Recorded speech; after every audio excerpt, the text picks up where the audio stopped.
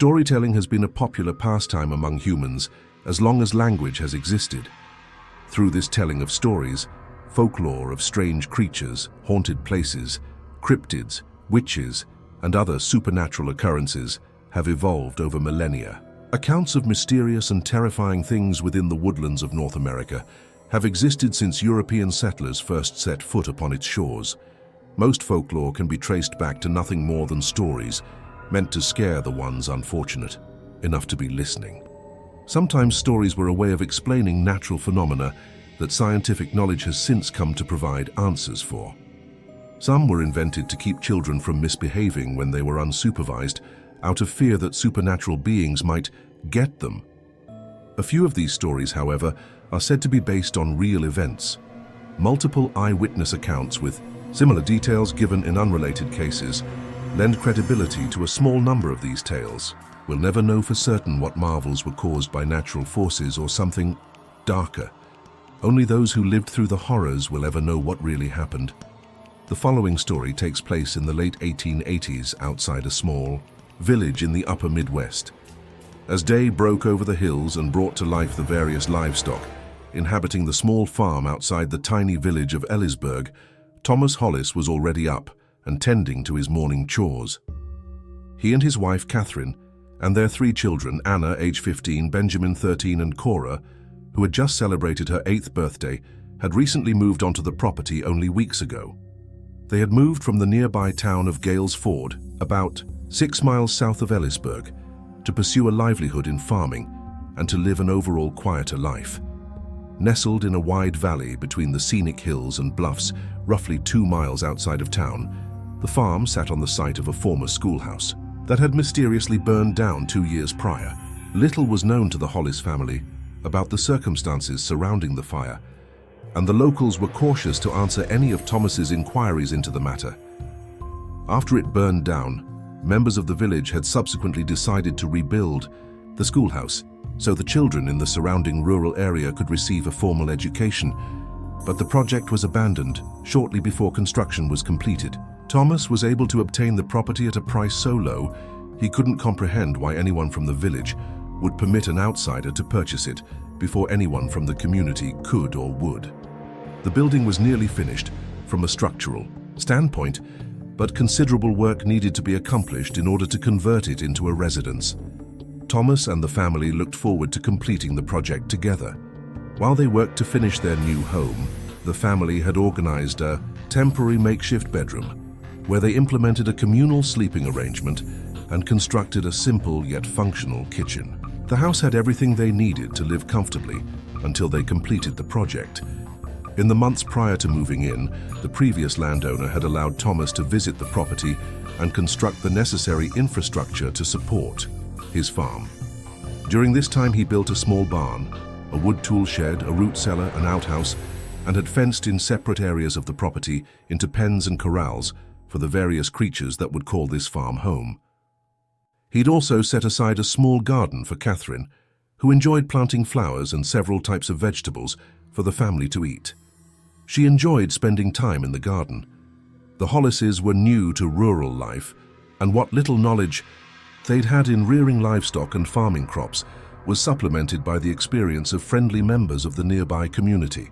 The locals were generally welcoming, hospitable, and eager to assist the new family in settling into their new home. The exception to this rule of hospitality was any time Thomas had inquired about the history of the property or why no one else had come to purchase it before he did. People were quick to change the subject or ignore his questions altogether, with the interactions occasionally bordering on hostility. The Hollises quickly learned to avoid the topic in order to keep things cordial with their new community members. As summer gave way to autumn and the temperatures began to cool, Thomas was feeling confident in his ability to tend to the creatures under his care and was optimistic about planting various cash crops in the spring in hope of turning a profit the following harvest season. According to his calculations, they would have plenty of animals to provide them with food through the winter and still have enough left over in the spring to take to market. A handful of goats, a dozen cattle, 3 horses, several large hogs, chickens and a donkey were the resident menagerie at the Hollis farm. In addition, There were multiple stray cats that skulked around the property, stalking various vermin and the occasional unlucky songbird with poor situational awareness. The family's 2 hound dogs, who Thomas hadn't named but Cora affectionately referred to as Dash and Jack, patrolled the property, keeping an eye on things. Jack was a bear of a dog and an excellent guardian for the farm, but he was always mild-mannered around the family. Dash, the smaller and younger of the 2, had an affinity for chasing the horses around the property and getting into any and all trouble he could find. Both of the hounds were wary of strangers and barked constantly at friends and neighbors that visited the farm, but were loyal and affectionate members of the Hollis family. Thomas and Catherine educated the children at home, as the nearest schoolhouse still in operation was on the far side of Ellisburg. The Hollises felt that this was too far for the children to walk, and the farm required too much of Thomas's undivided attention for him to take the wagon into town twice a day to transport them to and from school. The practice of homeschooling was not unusual in those days, and Catherine was a patient, nurturing mother and teacher. She was strict when necessary and made sure the children adhered to their curriculum, but she also allowed them to take interest in what topics they liked and taught, based around the children's curiosity in various subjects. Anna had developed a habit of reading as much and as often as she could, and she begged her parents to get her a new book anytime the family ventured into town. She often assisted Catherine in looking out for her younger siblings and regularly prepared meals while Catherine was occupied with other household tasks. Benjamin was adamant about spending as much of his time outdoors as possible and took interest in tales of the gunslingers and mountain men of the American West. He loved to hunt the small game that inhabited the surrounding woodland and was often exploring well beyond the boundaries of the property. Cora often joined Benjamin on his adventures. She occasionally fell victim to his frequent pranks and general mischief, but the 2 usually got along fine. Cora enjoyed the typical things an 8-year-old girl enjoys. She had dolls she liked to read, but she also split her free time between her siblings and enjoyed aspects of both of their personalities. She was gentle and kind, but had a quick wit and a sharp sense of humor. On a crisp October afternoon, after the children's daily lessons were finished, Benjamin, as usual, took to the forest with his slingshot, hoping to vanquish as many unsuspecting creatures of the wood as possible, before Catherine rang the bell to call him home for dinner. He set out and made his way along his usual route across the field, into the woods, and beside the creek. He knew the area well, and as he walked, he keenly honed in on any sign of his quarry. Before long, he heard leaves rustling behind him. The rustling sound soon grew into the unmistakable cadence of a living creature moving through the forest. He stepped behind a tree, listening intently, attempting to identify what sort of animal the sounds were coming from. At first, he was certain it was a squirrel or a cottontail, but quickly recognized it sounded faster and larger than any squirrel or rabbit he had ever encountered. When he realized it was nearly upon him, he felt a chill run down his spine. Afraid but not willing to let whatever monstrosity this was get the upper hand on him, he stepped out from behind the tree with his slingshot drawn. What he saw caused him to scream and stumble backwards, tripping over a broken tree branch and landing flat on his back. There, running at him full speed, was Cora, laughing maniacally when she saw the look on his face as he tumbled over. When she caught up to him, she yelled, "Boo!" and collapsed to the ground in laughter. Benjamin cursed and stood up quickly, brushing leaves and dirt off of his clothes. He thumped Cora on the head with the handle of his slingshot. "Ow!" she cried. "Why would you do that?" "I could have shot you," Benjamin exclaimed. Cora quickly brushed off the slight pain on her forehead. "I scared you," she laughed. "That's for always scaring me?" "You didn't scare me, I tripped." Benjamin lied. "Come on, let's go." The 2 carried on along Benjamin's traditional hunting trail, though hunting was a fruitless pursuit after the commotion Cora had just caused. They joked and chased each other and sang songs, enjoying their afternoon in the cool autumn air. In their ignorant amusement, they thoughtlessly ventured beyond the boundary of their usual patrol and came to a bend in the creek. Ahead of them, a large tree had fallen across the entire width of the creek, creating a natural bridge. The 2 excitedly crossed over, eager to explore an area of the forest they hadn't previously visited. Upon reaching the other side of the log and trekking just out of sight of the creek, Cora stopped and began cautiously looking around. Benjamin, assuming Cora was again attempting to retaliate for all the pranks he had pulled on her over the years, ignored her and yelled, "Come on, I'm not falling for that. Do you hear that?" She asked, "Hear what? Knock it off, let's go," he retorted. "Shh, listen," Cora insisted. Benjamin entertained his sister's mischief and stood quietly, listening to the noises of the forest. He realized after a moment the only sound he could hear was a faint hum or buzz. There were no birds chirping, no leaves rustling in the wind, just the faint humming sound. The two followed the sound around an enormous dead oak tree to the source of the noise. As they rounded the large trunk, they were met with a horrific, putrid odor. They soon saw where the smell and sound were emanating from. Cora screamed, and they both covered their noses with the front of their garments. There, seemingly placed intentionally atop a large, flat rock, was an unidentifiable mass of flesh, bone, and hair. The horror was writhing in thousands of maggots, and a colossal cloud of black flies filled the air. The pile had no recognizable shape, and didn't seem to be the remains of any animal either of them had ever seen. The hair was long and coarse like a horse's mane, but there didn't seem to be enough mass of flesh and bone present for a horse to be the victim. The flesh and bone seemed to be ripped and broken apart rather than cut. Puzzlingly, there did not appear to be any blood in the pile, on the rock, or on the ground. What kind of animal could even do that? Benjamin questioned as he examined the mess. "I don't know, maybe a bear," Cora replied. "I don't think a bear would just leave this here. And where's all the blood?" Benjamin queried as Cora just shrugged.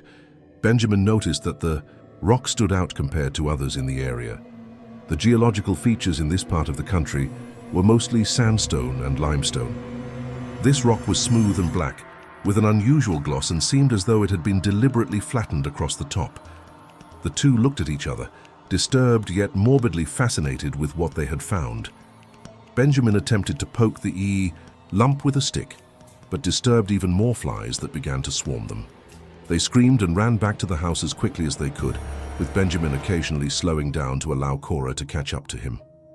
As they exited the forest and ran across the field, Thomas, who was feeding the hogs at the time, called out to them. "Stop screaming! Come over here! What is the matter with you two?" he asked.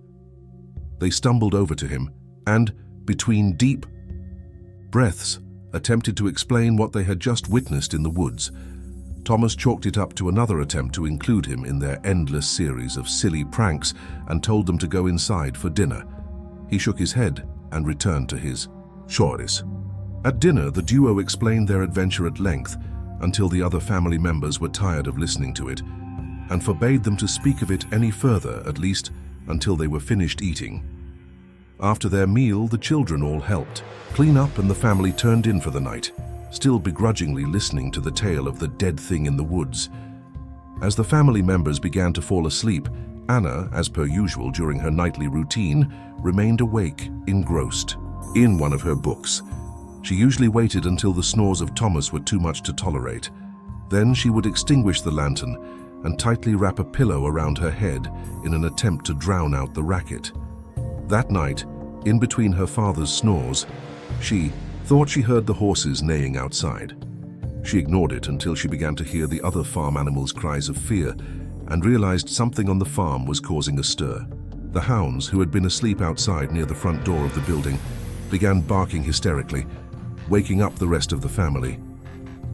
Thomas tore outside, ready to scold the dogs, when he too heard the commotion. He rushed in and grabbed the lantern and his rifle and hurried out across the yard to deal with what he expected to be wolves or thieves.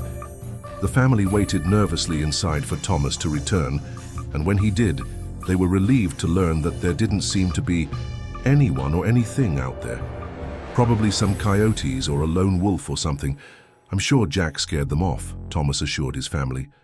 Everyone turned back into bed for the night, and the farm remained quiet until morning. There were no lessons today, so the children slept in later than normal. Thomas conducted his chores, and Catherine prepared breakfast. After their morning meal, the kids talked of going back to the place Cora and Benjamin had discovered the day before, at the behest of Anna.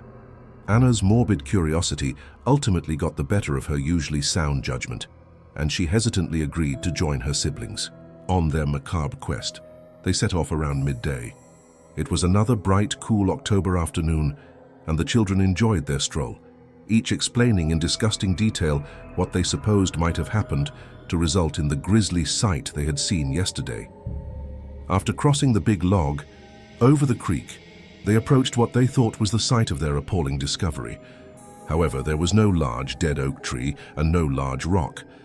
There were no foul smells or faint buzzing sounds, just the usual sounds of the forest. "I knew it," Anna said, disappointed yet somewhat relieved. "This was one of your stupid, pointless jokes." The two insisted that they weren't lying to their older sister, and while they were doing so, Anna held up a finger and shushed them. "What is that?" she asked, pointing farther into the woods. About 40 yards from where the children were arguing, through the thick forest, the peak of a small house could be seen through the foliage. "That was not here yesterday," Benjamin insisted. All three of the children's blood oddly ran cold at the sight of this strange building. They hadn't been aware of anyone living this close to their property, and although only the peak was visible, there was something strange about the architecture of the house. It didn't match the appearance of any other houses they'd seen in their short lives. The craftsmanship was crude, and it was constructed entirely of dark wood, with black shingles, most of which had fallen off. "Can we please go home?" Cora shouted, looking visibly nervous. "You two said you were here. How could you have missed an entire house?" Anna asked sternly. "Anna, please, let's go," Cora continued. "Anna, I swear this is where we were yesterday, but we didn't see that house. I don't know how we could have missed it. Something feels off." "I'm with Cora. Let's go back," Benjamin suggested. Anna, who was older and usually considerably more responsible than her siblings, also was peculiarly struck with the urge to approach the house and get a better look, as if something was drawing her to it. "I'm sure it's just one of our neighbors." "Stay here, I'm going to check it out and come right back," declared Anna. Benjamin and Cora vehemently tried to prevent their sister from approaching the mysterious building. They stood their ground and waited patiently for their eldest sibling to return. Anna approached the door of the house and noted how old and decrepit the structure was. The windows appeared to have shutters on the inside, all of which were closed, but there was no glass in the panes. She gently pushed on the door, and it opened with ease.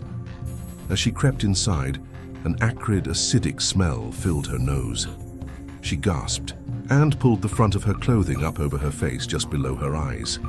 She had never encountered a smell so powerful, and it immediately made her nauseous. As her eyes adjusted to the dimly lit interior of the house, she began to notice strange things around the room she didn't recognize. Small wooden figurines that resembled twisted and contorted human bodies were strewn across the floor. Bones, sticks, feathers, and other mysterious items hung from the ceiling in odd configurations. Cages of various sizes were placed and stacked in the corners, and bizarrely shaped glass receptacles with unidentifiable contents sat on a table on the far side of the room. In the center of the room was a pedestal-like structure, atop of which sat a strange-looking book. It seemed to be bound in some type of leather, but she noted it was quite pale compared to leather she'd seen in the past. Due to her affection towards literature of any kind, Anna grabbed the book. As she opened the pages, she couldn't make out what was written in them. A strange language that she thought looked similar to French, which she'd learned about in her lessons, filled the pages, along with strange symbols and gory illustrations of humans and animals being mutilated by monstrous creatures in progressively grotesque ways. She was overcome with the urge to keep the book and bring it with her, although she couldn't read any of its contents. Her compulsion to keep the book puzzled her. She'd never stolen anything in her life, and this book clearly belonged to someone. Yet there she was, ready to bring it with her. As she contemplated whether she should return it to its pedestal or take it home, there was suddenly a bright flash that disoriented her. Temporarily blinded by the flash, she scrambled out of the house, one arm outstretched to prevent her from running into anything, the other arm clinging to the book. She ran back to Benjamin and Cora, struggling to mask her urgency. "Okay, let's go," she said, concealing the book she'd just pilfered. No one protested, and the trio scurried back to the farm. She decided not to tell her siblings about what had just happened to her. "Stay out of there, the floor is all rotted and there's nothing in there anyway," she told them. Neither Benjamin nor Cora had any interest in exploring the house in any case. It was too unnerving for them. When the children returned home, Benjamin and Cora kept themselves occupied with games in an attempt to forget the creepiness of the house, and Anna stowed the book in her bedding. The afternoon turned cold and grey as an autumn thunderstorm appeared and began to drench the farm in a heavy rain. The shower was steady, and occasionally lightning illuminated the farm, followed by deep groans of distant thunder. The remainder of the evening went on without incident. In the cozy comfort of the house, the Hollises enjoyed their evening meal and one by one turned into bed for the night. As the family fell asleep, Anna pulled out the book she had stashed in her bedding. She carefully examined the pages in the pale lantern light, searching for anything at all that she could comprehend. Anna was entranced by the contents of the book. Although she couldn't understand the text, she was captivated by the uniqueness of the symbols and illustrations.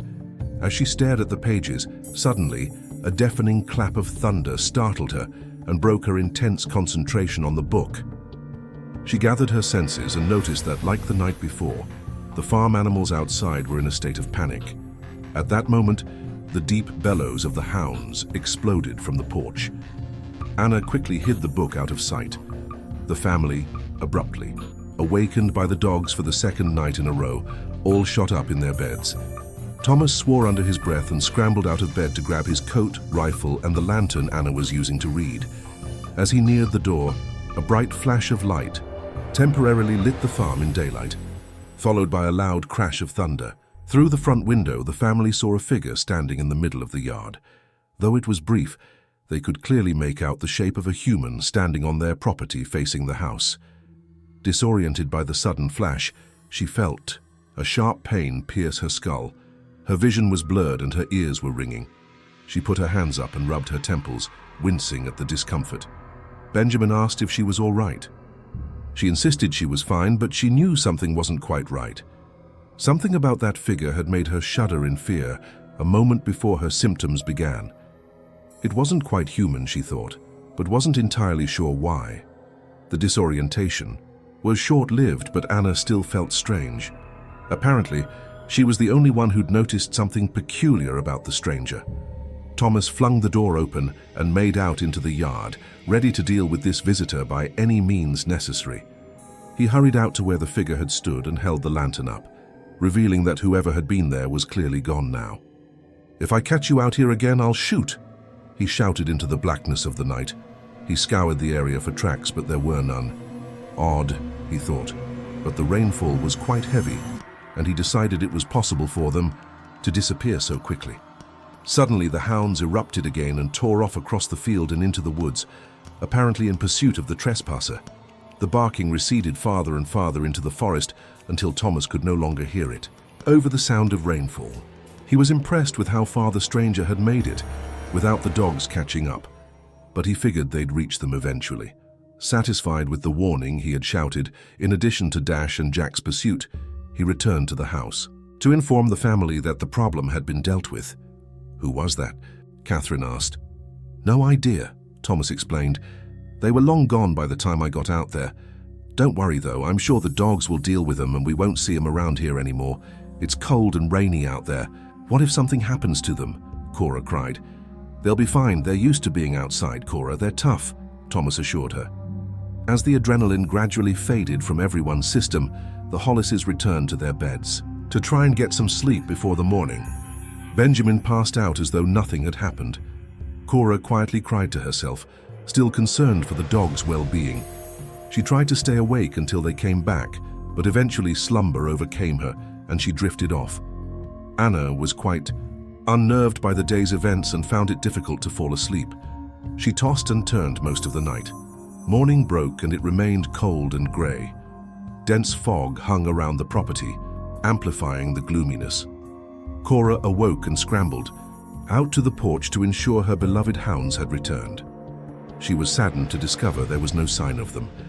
Her eyes welled, but she kept her dismay to herself, attempting to wipe away the tears before anyone noticed.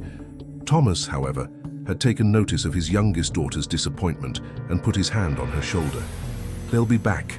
Don't worry," he assured her, partially trying to convince himself. They had never stayed away from the farm this long. He headed out to commence his daily duties, and Cora watched him from the window to keep herself occupied. He threw grain to the chickens, fed the goats, and made sure all of the gates were secured after last night's intruder. He walked to the barn to retrieve hay for the horses, cattle, and donkey, and disappeared from sight. Cora traced shapes with her finger, where her breath had condensed on the cold glass of the window. A moment later, she saw Thomas stumble backwards out of the barn, nearly slipping and falling in the mud. Cora leaned forward against the glass, startled by her father's behavior. He gained his balance and stood there for a moment, staring wide-eyed into the barn, before quickly returning to the house. His loud and hasty entrance startled Catherine and the children. "What is it?" Catherine exclaimed. I'm not sure what happened. Benjamin, I need your help. Put your boots and your coat on and come with me," Thomas said sternly. "Well, is everything all right?" Catherine asked, visibly concerned. "Yes, come on, Benjamin," he replied. Benjamin quickly got dressed and headed out to the barn with his father with a nervous feeling in his gut. "What's going on?" he asked. "I found the dogs, Benjamin. They're in the barn, but they're dead. Something tore them apart. I have no idea what could have done that, but we need to clean it up before the girls come out," Thomas declared. Benjamin thought back to the figure they'd seen in that flash of light the night before. In that brief moment, he'd clearly made out the shape of a person, but they seemed too small and slender to take on Jack, let alone both hounds. As they entered the barn, Benjamin froze in his tracks and his blood turned to ice. His affection towards the dogs hadn't been quite as strong as Cora's, but the scene before him made his stomach turn and his eyes well up. He choked down, his tears concealing his emotions from his father. He stood with his mouth wide open. Laid out on the barn floor were Dash and Jack, hardly even recognizable as dogs. Their skin had been completely removed, and their legs were broken in multiple places, mangled and twisted like fleshy tree branches. Their heads were turned completely around and facing the wrong direction, and their eyes were missing. Entrails covered the floor and there was blood everywhere. He couldn't make sense of what he was seeing. He'd spent enough time in the woods to be acquainted with the relationship between predator and prey, but never had he come across anything this violent. "Pa, I've never seen anything like this," he muttered. "I haven't either, son. I know this is hard, but I need your help here. I need you to man up and help me clean this mess so your little sister doesn't have to see it," Thomas said with a somewhat reassuring tone. Benjamin snapped out of it and helped his father.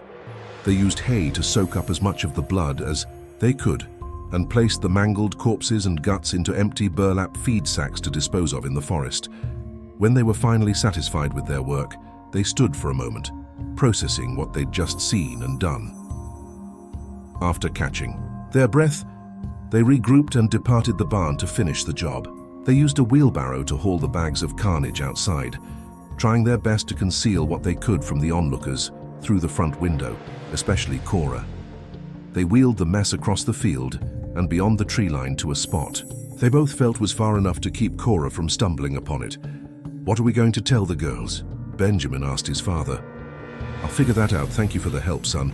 I guess for now we will just have to tell Cora that the dogs won't be back and that we will get her new dogs in the spring. I'll tell Anna and your mother the truth," Thomas replied. They left the woods and returned to the farm. As they crossed the field back into the yard and neared the hog's pen, Thomas stopped abruptly. Benjamin stopped as well, wondering what suddenly overcame his father. Before he could ask what was wrong, he was hit with a horrific stench. The hog pen normally emitted a foul smell anyway, but this was different, and Benjamin recognized immediately. What it was, it smelled exactly like what he and Cora had discovered in the wood days ago. "What the hell is that smell?" Thomas croaked. "It smells like rotting meat, but worse." As he said this, he and Benjamin simultaneously noticed that the hogs were enamored by something in their pen and had gathered around it, apparently in a feeding frenzy. "No way," Benjamin thought as he peered between the hogs' large bodies and saw what they were feasting on. Thomas gasped when he noticed too and yelled out, "What the hell is that?" The hogs were gorging themselves on a pile of flesh, bones and long black hair, exactly like the one his children had described 2 days ago. Black flies filled the air around the pen. "This pile is much smaller. The hogs must have eaten most of it," Benjamin thought to himself. The sounds coming from the pen sickened him. In addition to the smell, The grunting and squealing of the frenzied hogs combined with the cracking of bones and squelching of rotting flesh was too much. He turned away in an attempt to keep from vomiting. The scene before them shocked and disturbed Thomas. First the dead dogs, now this. What the hell is going on? He wondered. At this point he knew something strange was happening, and for the first time since moving to the farm, he became concerned for his family's safety. Now faced with the second cleanup project of the day, he decided to send Benjamin inside and deal with this on his own. He didn't want the hogs consuming any more of the putrid mess and shooed them away with his shovel. He scooped the remainder of the pile into the wheelbarrow and got a close-up of what it was composed of. He immediately took note of the hair. It was long, black, and coarse. He couldn't make out what kind of animal it belonged to and thought, it almost looks human, but that can't be. The state of decay puzzled him too. The mess obviously hadn't been there long, or the pigs would have consumed it in its entirety.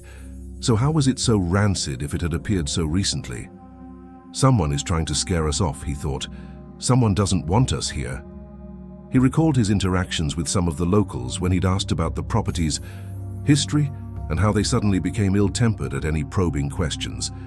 In his mind, he decided that someone local, possibly someone he knew, was attempting to drive them out. As he pondered, he hauled the wheelbarrow back to the dumping site in the forest. The remainder of the chores still needed to be done, and Thomas was now far behind schedule. He continued on to make sure everything was completed before nightfall, cursing under his breath the stranger responsible for doing this to him and his family. Inside the house, the others sat quietly. Benjamin hadn't given details regarding what he'd just helped his father do, but the girls sensed that he'd undergone something traumatic and didn't pry for information. He did break the news to Cora that the dogs would not be returning. He told her they'd probably run off and that Thomas said they could get puppies in the spring to replace them. This brought Cora little comfort, and she fought to hold back tears. It was midday now, and Catherine decided a hot meal might improve morale around the farm. She sent Benjamin out to fetch one of the chickens so Anna could prepare it for lunch.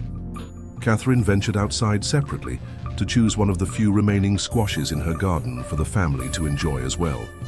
Benjamin easily caught one of the medium-sized chickens and dispatched it quickly.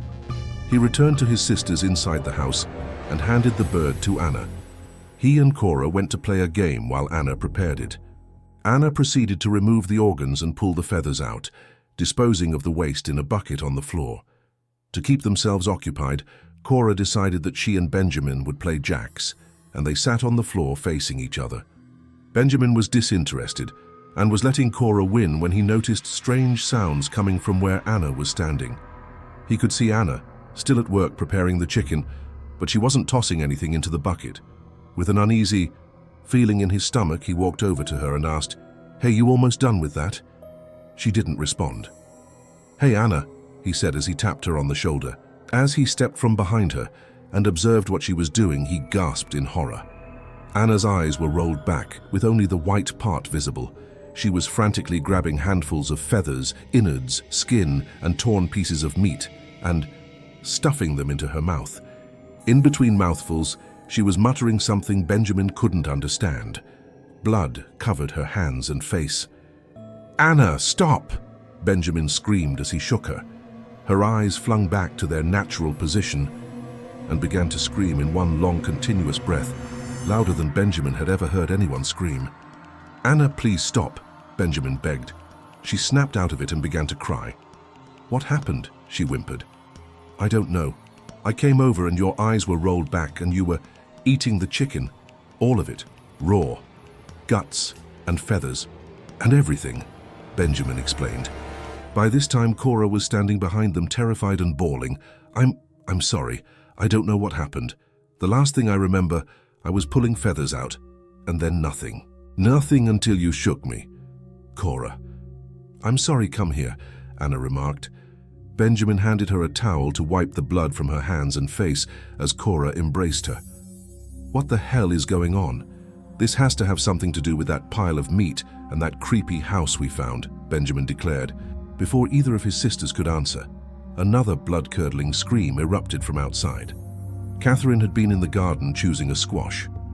Thomas had seen her walk out to the garden, and as she searched, he'd gone back to his chores. He had been working exceptionally hard to make up for the delays during the morning, but thought to himself he needed a short break and that he'd accompany his wife in the garden for a few moments before returning to work. He turned towards the garden, and as he walked, he saw that Catherine was standing with her back arched forward, facing away from him with her arms down, but slightly away from her sides. "Catherine," he called out.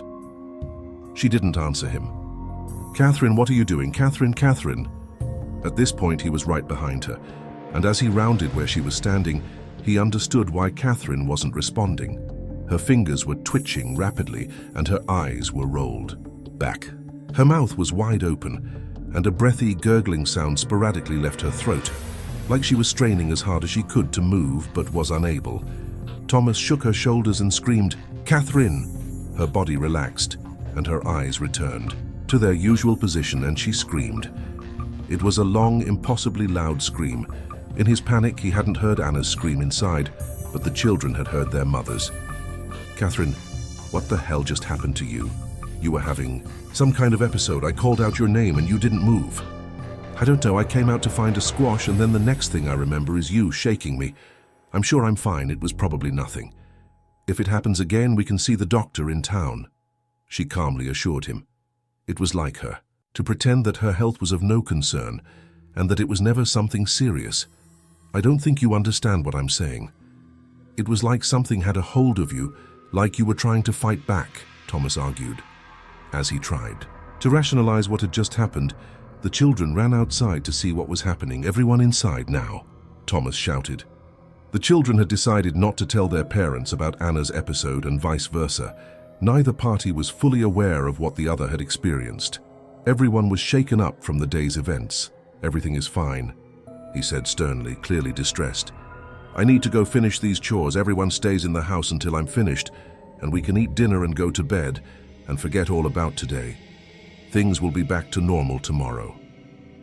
No one had an appetite after that. The hot meal Catherine had planned as an afternoon treat would have to wait until the evening. A few moments passed and everyone regained their composure. The children sat down and Catherine headed into the kitchen area. "Anna, what happened to this chicken?" Catherine asked.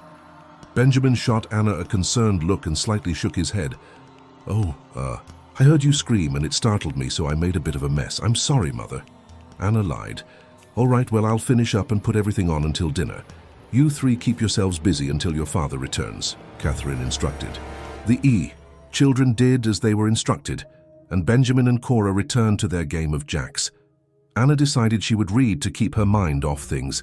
She left the strange leather-bound book where it was stashed and instead chose one of her classics. She had trouble concentrating and drifted off in thought. "All of this started when they found that thing in the woods, and things got worse when I took that book," she thought to herself. She recalled how the book had a strange effect on her when she first laid eyes on it, like it was drawing her in, tempting her to steal it. Then, when she'd gazed into the pages, it had a hypnotic effect on her, placing her in a trance-like state until something had broken her concentration. First, it was the flash in the house, then the lightning and thunder that had snapped her out of it. "I'm just being paranoid. It's all of these strange things happening at once, and I'm just looking for something to blame it on." That book was just left there in an abandoned house. It had no owner anymore, and I took it, she decided. Several hours passed, and Thomas returned from his chores. The family ate their dinner, and as they finished, Thomas explained that things would be back to normal tomorrow. "It was just a bad day. Some days are like that," he said. "Sometimes things all go wrong at once." He knew that this was different, but he needed to keep his family from worrying. They all got into their beds that night, expecting at any moment to hear a commotion on the farm again like the two previous nights. There was a slight breeze, and occasionally the goats would bleat, but there was nothing unusual happening outside. Slowly, the family fell asleep, and the night remained quiet. Nothing came to disturb them, and they slept soundly until morning. Everyone woke the next day with a more positive demeanor. Maybe their troubles were over. Maybe those few days of strange events were merely a coincidence, and things would remain normal from now on. Everyone got up and prepared themselves for the day. The children had lessons today, and Thomas, as usual, headed out to commence his duties around the farm. Catherine started the children on their schooling, and the atmosphere in the house felt calmer. As she read a chapter from a textbook, the front door burst open and Thomas stomped inside. "They're all dead," he stated. "Thomas, who is dead?" Catherine replied, dropping the textbook with a loud thud as she shot up from her chair. "All the animals. Every single one of them. They are all dead," Thomas declared. "How could they all be dead? I need the sheriff. I need to go to town. Stay here. I'll be back this afternoon." The sheriff's office was in the main square in Ellisburg, approximately 2 miles from the farm. He grabbed his rifle and set off walking, since he no longer had horses to pull the wagon. The family watched him depart through the front window. As he crossed the field towards the nearest road on the far side of the property, they all examined the carcasses of the farm animals outside. They could see several of the cattle and goats, and one of the horses, all lying on their sides, motionless.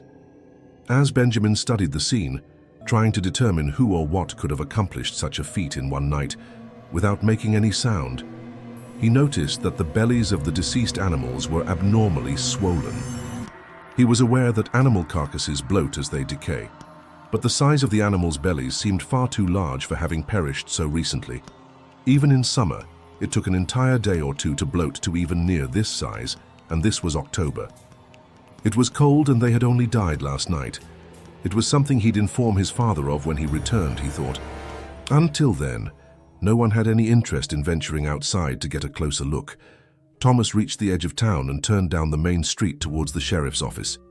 He'd met the sheriff once before when he'd ventured into town for errands, but didn't quite know what to expect from him when he explained his situation. As he climbed the steps in front of the office door, he paused for a moment, contemplating what exactly he would tell the sheriff. He didn't want to sound paranoid or crazy, so he decided he'd leave out information about the stranger, the dead dogs, the strange piles of meat, and Catherine's bizarre behavior. As he entered through the doorway and into the sheriff's office, he didn't see anyone around in uniform. There was a man in a jail cell at the back of the building, sleeping on a bench. Soon a man much older than Thomas entered from around a corner to Thomas's left. "Morning, what can I do for you?" the old man asked. Good morning. I'm looking for the sheriff," Thomas replied. Sheriff stepped out for a moment, but he should be back shortly. "I'm his deputy, Buck Williams. My real name is Daniel, but everyone around here calls me Buck." "You must be Mr. Hollis," declared the old man. "Yes, I am." "Have we met?" Thomas asked, startled by Buck's intuition. "Lived here my whole life, son. I know everyone around here and I hear people talk. We haven't met, but I figured you must be Mr. Hollis on account of I didn't recognize you, and you look like the Mr. Hollis I've heard about from people in town," Buck explained. "Ah, I see. Well, do you know how long the sheriff will be?" Before Thomas could finish his sentence, the sheriff entered through the front door. "Hello, sir," the sheriff started. "Ah, Mr. Hollis. I see you met Buck. What can I do for you today?" Thomas explained the sudden death of his farm animals and insisted that the sheriff investigate the crime scene to determine if there was foul play, hoping that this would allow him to regain some of his lost investment. "Even if I can do that, Mr. Hollis, there is no guarantee you'll get any money back. Where would it even come from?" Thomas hadn't really thought that through. This seemed that no matter the outcome, his hopes of starting a farm were coming to an end. The sheriff agreed to come out and investigate regardless.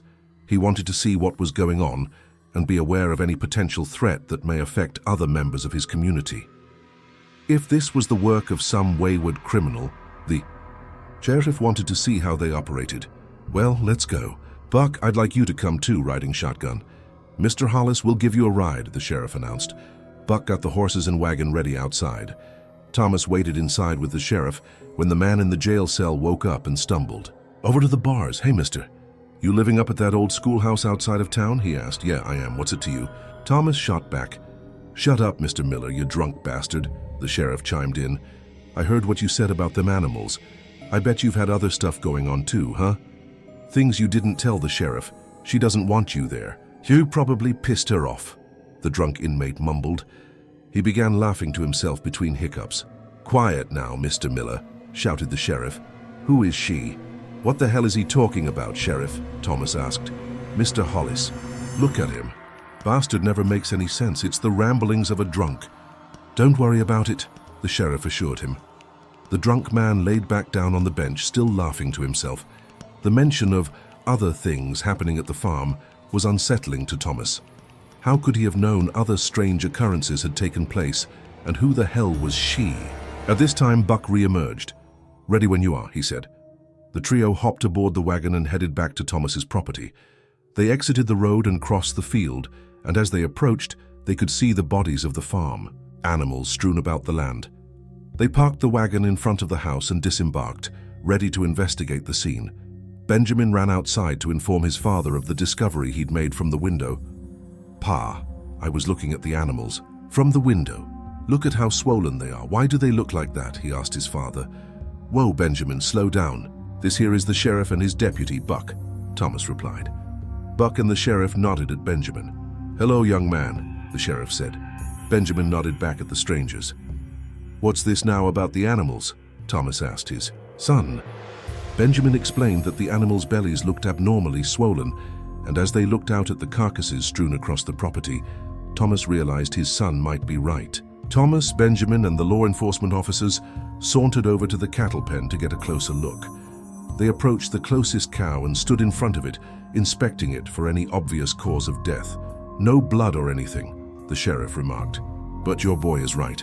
There's no reason any of them should be this bloated. It's cold out and you said they died last night, right?" "Yeah, found them early this morning," Thomas replied. He pulled the knife from his belt and began to field dress the animal. "What the hell are you doing?" asked Buck, alarmed by Thomas's actions. Thomas ignored him and began cutting the thick hide at the lower part of the cow's abdomen. He reached the membrane that separates the organs from the hide and carefully sliced it open, pulling the hide towards him while he cut between his fingers. As he got to the stomach, he noticed how firm it was. Normally, the gastrointestinal system of a deceased animal fills with gas post-mortem, and it becomes soft to the touch, almost like a balloon. This was hard, as if it was completely stuffed with unknown contents. He took a deep breath, gathering his composure before he cut into the stomach, knowing whatever he discovered was not going to be pleasant. He stuck his blade into the lining and made an incision about 6 inches long. No gas escaped from the stomach. Instead, wet, sticky clumps of long black hair began oozing from the opening. Thomas fell back in horror. Buck and the sheriff each took several steps back, but Benjamin remained where he was, shocked at what he was seeing. It was the same type of hair he'd seen in the meat piles. "What the hell is that?" the sheriff shouted. "Is that hair?" "Yes, it is," Benjamin answered. "Mr. Hollis, what on earth do you have going on here?" exclaimed the sheriff. "Sheriff, I have no idea. I don't know. I don't know what is going on," Thomas replied. At this point, Thomas, shocked and confused as he'd been several times before in the last several days, decided to fully disclose all the strange events that had been happening to the sheriff. He described the events in chronological order, starting with Benjamin and Cora discovering the strange pile of meat, then the trespasser and the dogs chasing them off, followed by finding the dogs torn to shreds in the barn, and so on. Buck and the sheriff listened patiently as Thomas desperately explained his predicament. When he described Catherine's behavior, Benjamin got goosebumps and decided he would explain what had happened to Anna as well. This was news to Thomas, but he didn't scold Benjamin from concealing this information. It didn't matter now. "Sheriff, what the hell is going here? Why did I get this place so cheap? Why didn't anyone buy it before I did? How did the schoolhouse burn down, and does that have anything to do with what's happening now?" Thomas pleaded with the sheriff. The sheriff exchanged a long, concerned look with Buck and let out a deep sigh. "Mr. Hollis, I'll be honest with you. There have been strange things happening here since before you moved in. I'll let Buck explain. He knows the story better than I do," the sheriff conceded. "Go ahead, Buck." Sure thing. You hear rumors all the time about the history of a place. And from what I've gathered here, these are all rumors too, but obviously there's some truth to it, or we wouldn't be standing here looking at a field full of dead livestock. We don't know her name for sure. Some call her Marie. She and her husband came over from France sometime in the 1700s to join in the fur trade in the town of Trépanier, about 20 miles southwest of here down on the river. They built a house and started a family. I guess she had a kid when they moved here. Long story short, not long after they'd settled in, her husband got into it with one of the Indian tribes. He got into some kind of altercation and ended up killing a young man. The natives didn't take kindly to that, as you can imagine, and they came after them. The family fled and ended up here. I suppose somewhere right around here where we're standing. The natives caught up to them and killed her husband and child, scalping them right in front of her. For some reason, they let her live. She sat here for days crying and mourning her loss before she finally lost her mind. The story goes, she turned to the occult to get her revenge on the ones responsible for her family's death. The details get fuzzy here, but in a nutshell, she'd gotten her hands onto some kind of book, something she could use to live an abnormally long life and inflict those she disliked with all kinds of horrible, unnatural afflictions. Some say the book was bound in human skin. This is some kind of joke, right? Thomas asked. You fellas are telling me a witch is responsible for this? A French witch? Is this why no one would answer me about the history of the place? Buck replied, I wish I could tell you this was a joke, Mr. Hollis, but look around. Look what's happening to you and your family. And the reason no one would tell you what happened is because that schoolhouse that burned down. All the children were still in it, killed every last one of them. Folks are either too distraught from losing someone in that fire or too ashamed to tell a stranger that something that tragic happened in their little town. It's a damn shame, but now you know. You're all caught up now. I didn't believe any of those stories either until that fire. Several of the kids had reported sightings of a strange woman in the weeks leading up to it. No one took it seriously, and now you know the rest. It's awful, Mr. Hollis, really awful. We thought at that point she'd had her revenge and this would all be over. Guess we were wrong. The sheriff had stared at the ground during Buck's long explanation, but now looked Thomas in the eye. Well, what the hell do I do now? Thomas asked, completely stunned by what he'd just heard. The sheriff finally looked up and addressed Thomas. Well, Mr. Hollis, at this point, what do you think you should do? All your livestock are dead, and after what happened to the kids in the schoolhouse, it's safe to assume this isn't going to end here. I don't know where you should go, but if you've got family in any of the towns nearby, if I were you, I'd pack up and leave tomorrow morning and cut my losses. I understand the investment you've made here, but it's not worth the lives of you and your family. I'm not sure what more I can do here. I'll leave one of these horses here, so you can at least pull your wagon with you if and when you decide to leave. I'm sorry it came to this, Mr. Hollis, I truly am. With that, he and Buck climbed back onto the wagon and departed the farm, leaving Thomas and Benjamin standing in the yard, completely dumbfounded. Thomas couldn't even wrap his mind around what had just happened. He knew something strange was going on, but he thought it was someone from the local area trying to scare him off for some reason, not some foreign witch out for revenge. His whole world was rocked by the sudden and drastic implications caused by losing his entire livelihood.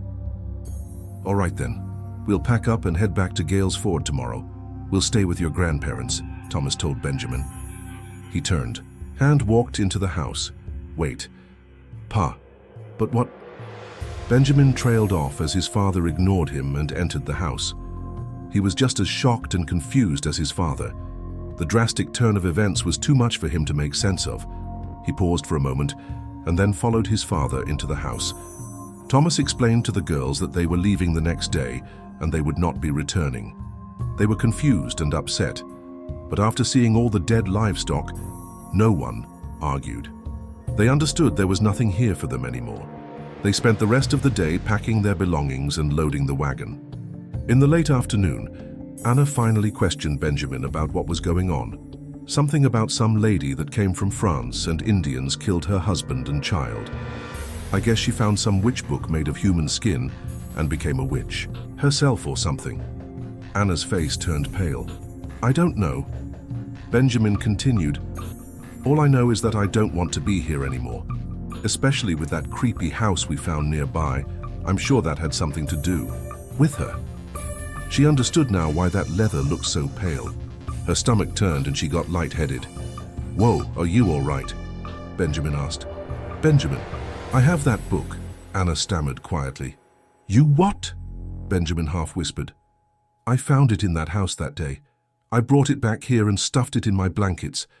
It makes so much sense now. The weird language, the symbols and drawings. Oh my God. Anna said as she sat down. "Well, for the love of God, leave it here when we leave. Don't bring that with you to Gales Ford," demanded Benjamin. Anna nodded in agreement, and they continued packing. They worked into the evening by lantern light until only their bedding remained. "Let's try and get some sleep and get out of here first thing tomorrow morning," Thomas said, as his family crawled into their beds one last time. He blew out the lantern, and the family drifted off one by one. In the early hours of the morning, after a quiet night, everyone awoke to a large crash into the side of the house. "What was that?" Cora screamed. Then there was another loud crash from the other side of the house, then from all sides of the house. It happened over and over, while the family screamed and held each other inside. Thomas thought the best way to protect his family was to stay with them inside. He fumbled with the lantern in an attempt to light it, and when he finally got it lit, he grabbed his rifle, training it on the front door and window.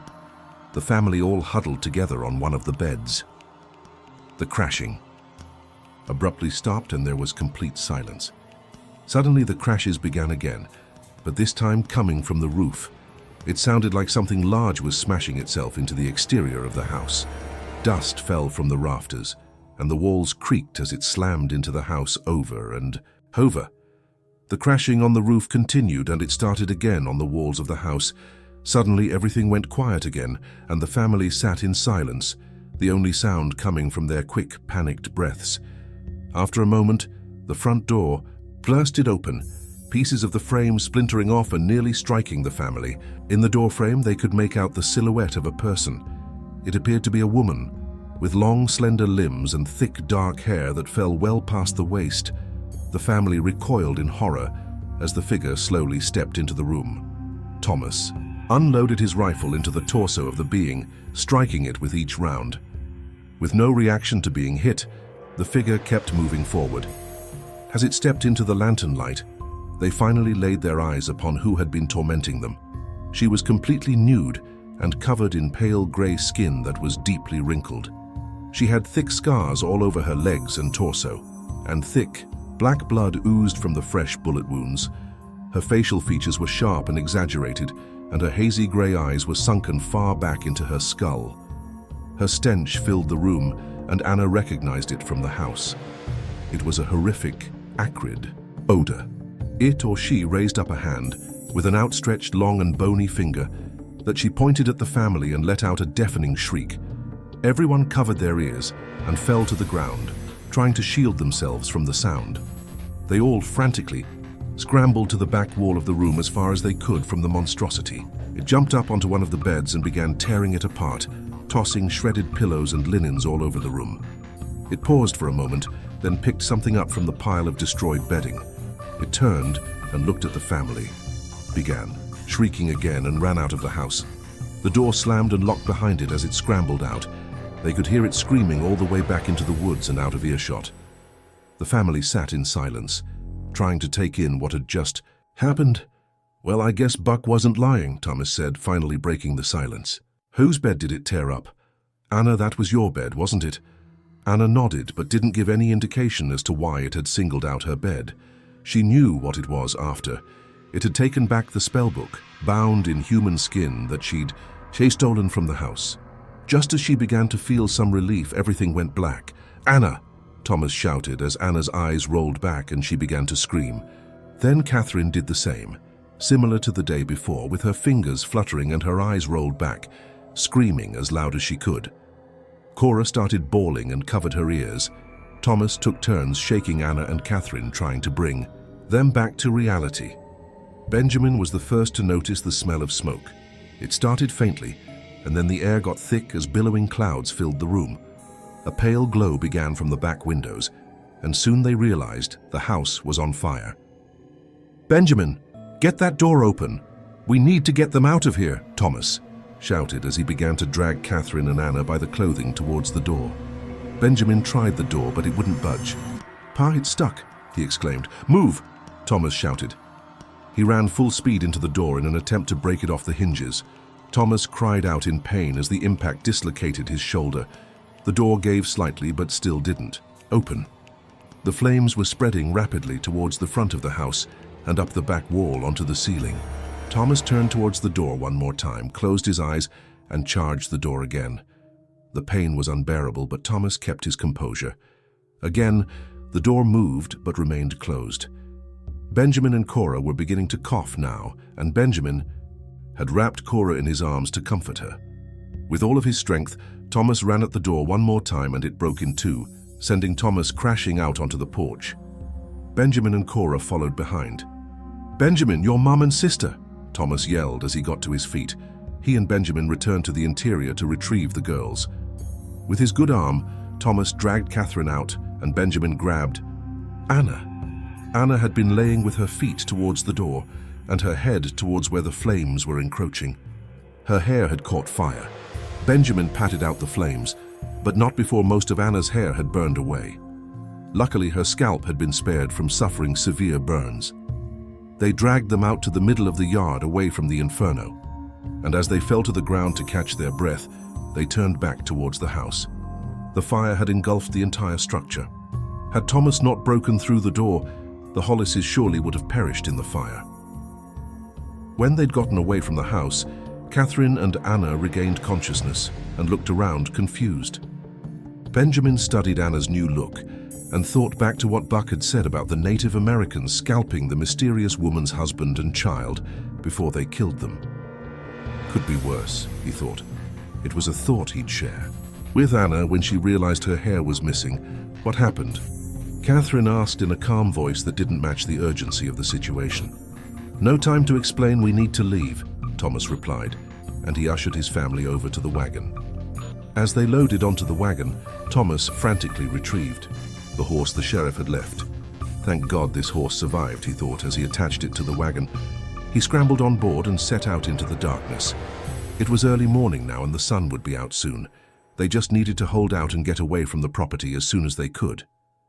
As they neared the property line, they heard shrieking erupt from the forest again, and Thomas hurried the horse on to pull them faster. They were relieved when they realized the sound wasn't following them. Benjamin watched as the orange glow that was devouring their home disappeared behind the trees.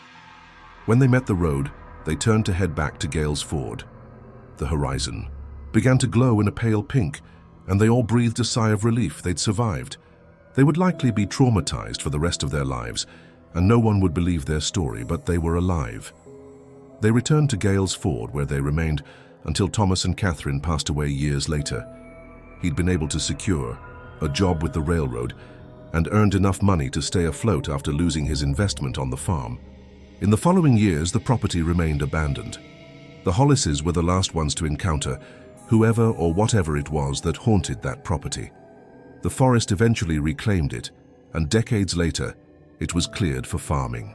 No permanent dwelling existed there again, so there's no telling if the witch still lurks in the forest, waiting to torment those who spend too much time there. Should another unfortunate soul decide to reside there, only time will tell if the stories are true or if it's nothing more than folklore.